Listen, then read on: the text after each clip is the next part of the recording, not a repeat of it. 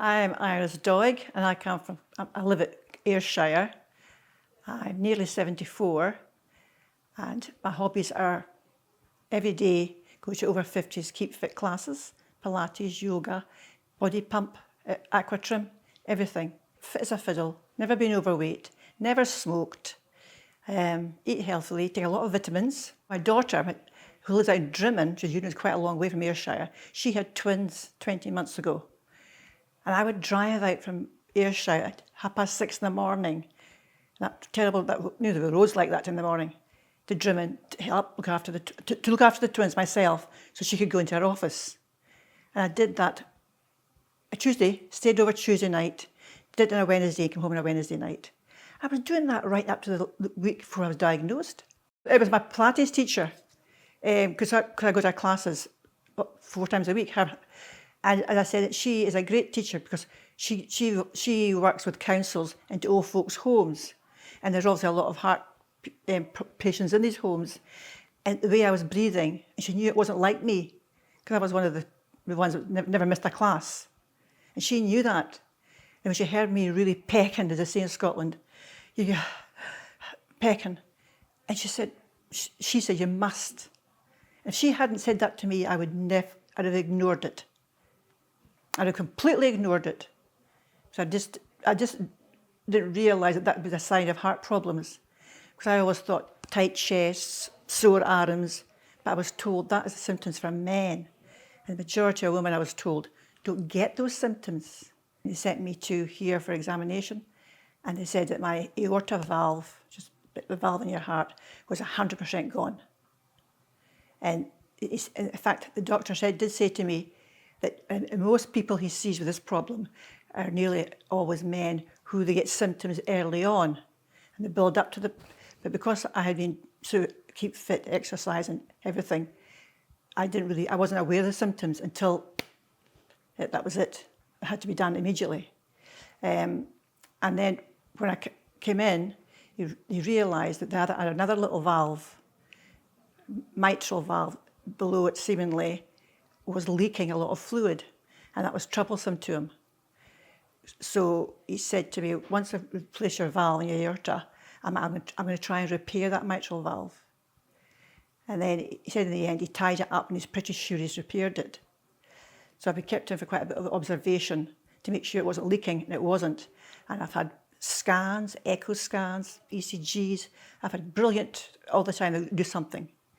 And they monitor every hour or so. And that's all repaired. The only thing now, reason I'm in here, I've been in here over 3 weeks. Problem is now, my blood count is very low. And so they've got to get your warfarin levels spot on before they can release you. But because I've got a bovine valve rather than a mechanical one means you're on warfarin for life, but a bovine one, which is nearly always a pig's one, they say it should be 3 months on the warfarin, then you're off. And then I can go back to my Pilates and yoga, hopefully. And I can be allowed a small glass of wine a day as well. My husband got a new knee here about 12 years ago. I think it's about 12 years ago. He got a new knee and it was in here. So I kind of knew about it. But the thing is, I knew about it when it was a private hospital, because I lived the West End of Glasgow. And they used to do a lot of facial work, cosmetic things in here. And I used to have friends that would come here for cosmetics. You're in a private room. You've got your own hand, you can go to the loo yourself. You can listen to your podcasts, you can listen to your TV. I mean, you see if you're in a ward with other people, it must be horrendous. I feel so sorry for those people.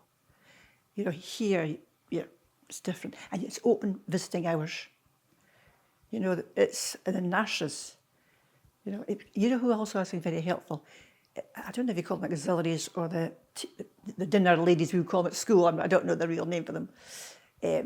They'd go and get you fresh water. They'll go get you an extra cup of tea. And your name's out in that door. So even MD entering the door, even if it's a new nurse you've never seen before, she knows right away, hello Iris, how are you today? When the nurses change over duties, I know for a fact that they have these big meetings.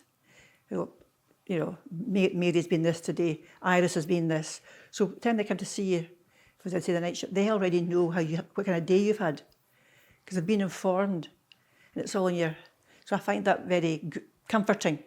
They test your blood every morning, test your weight every morning, and that's all got to be, because you're on the warfarin now, and so they've got to test your blood every day to make sure what dosage of warfarin they give you. They've got to level it out. Some days it's 7, some days it's 8.8. It used to get your blood levels, and as they say, they can't really release you until it's over 2, whatever that means, I don't know. Whereas mine's been between 1.7, it was 1.9, I thought, good, I'm going up to 2. But they went back down again.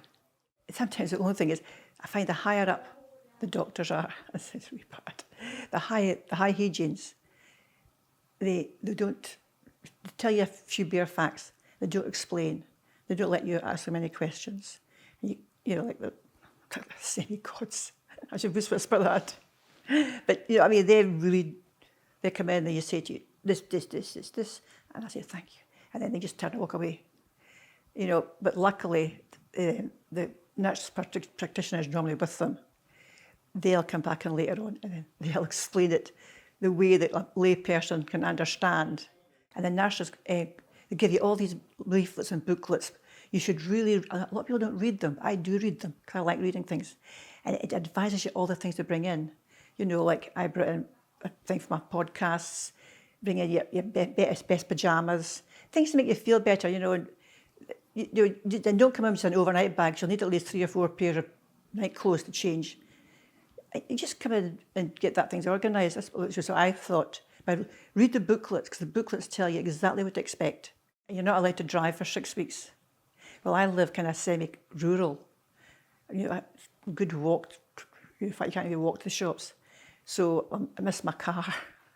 You know, that's semi-rural, but obviously my husband just did go to the shop with a message, line E.